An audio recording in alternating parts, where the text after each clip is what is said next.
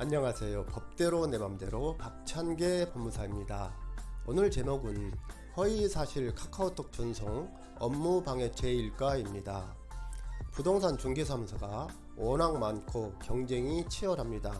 그러다 보니 공인중개사분들은 자신들이 부동산 손님에 대하여 을중에 을이라고 자괴감 섞인 말을 하곤 합니다.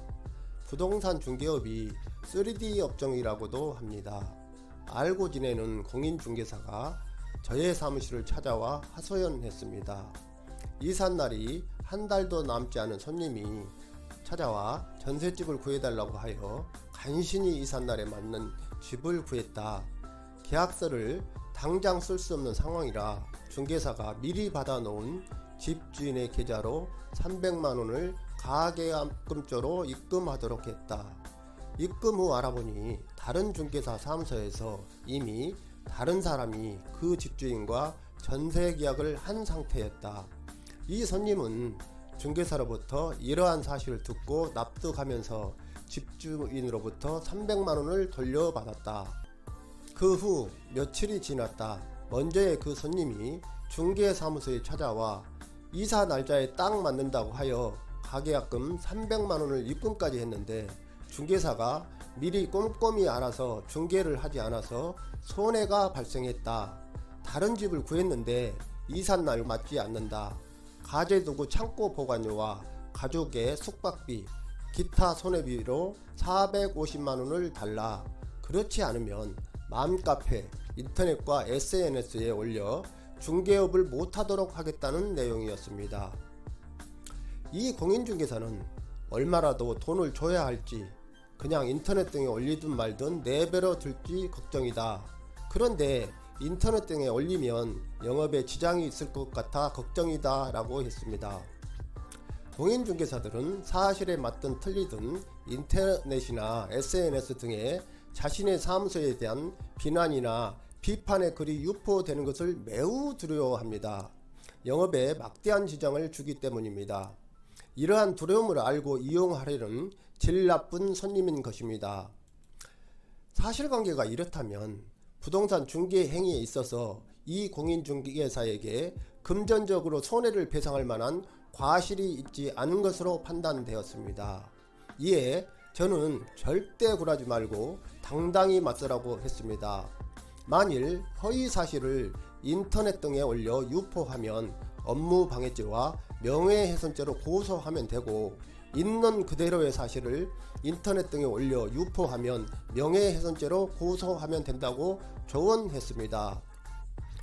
카카오톡을 통해 허위사실을 유포하여 업무를 방해한 사람들이 형사처벌받은 사례를 소개합니다.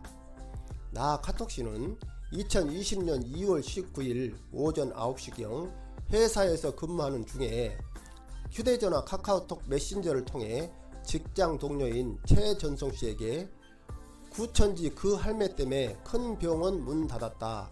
그중 한 명 우리 동네 온천 목욕탕 다녀서 거기도 지금 문 닫았다. 그 목욕탕이 땡땡 목욕탕이다 라는 취지의 허위사실을 적은 글을 보냈습니다. 최전송씨는 나 카톡씨로부터 이 글을 전송받자마자 자신의 가족 9명이 포함되어 있는 카카오톡 단체 채팅방에 남천에도 구천지 할매가 코나 아파트 근처 땡땡 목욕탕 다녀서 거기도 지금 문 닫았다네요 라는 허위사실을 적었습니다. 그러나 이 땡땡 목욕탕에는 코로나 확진자가 다녀간 사실이 없고, 이에 따라 땡땡 목욕탕은 문을 닫은 사실이 없었습니다. 그럼에도 나 카톡씨와 최전송씨는 허위사실을 유포하여 땡땡 목욕탕 주인인 나 손혜씨의 영업 업무를 방해하였던 것입니다. 이들은 나 손혜씨의 고소에 따라 업무방해죄로 기소되었는데요. 법원은 이 사건 범행 당시 코로나19 관련 확진자가 급증하여 전국적으로 불안감이 조성되는 상황에서 다수인이 사용하는 온천의 경우 확진자가 다녀갔다는 소문만으로도 영업에 심각한 타격을 입힐 수 있음을 능히 짐작이 가고, 또한 이 사건 범행 전 관할 경찰청은 코로나19 관련 가짜뉴스 엄정 대응 방침을 뉴스를 통해 알리는 상황에서 이들이 주변 사람들의 말만 믿고 진위 여부를 확인하지도 아니한 채 카카오톡 채팅방에 땡땡 목욕탕에 코로나19 확진자가 다녀갔다는 허위사실을 유포한 것은 그 동기를 떠나 이들의 잘못이 가볍지 아니하다고 하면서 이들에게 각각 벌금 300만원에 처했습니다. 이들이 땡땡 목욕탕에 업무를 방해할 목적으로 악의적으로 허위사실을 퍼뜨린 것이 아님을 능히 짐작할 수 있는데도 벌금 300만원씩의 벌을 받았습니다. 만일 악의적으로 허위사실을 유포하여 다른 사람의 영업이나 업무를 방해한다면 더 엄한 처벌을 받을 수 있다고 판단합니다. 참고로 업무방해죄는 허위사실을 유포하거나 기타 위계 또는 이력으로서 사람의 업무를 방해한 자는 5년 이하의 징역 또는 1,500만원 이하의 벌금에 처해지는 중대한 범죄입니다.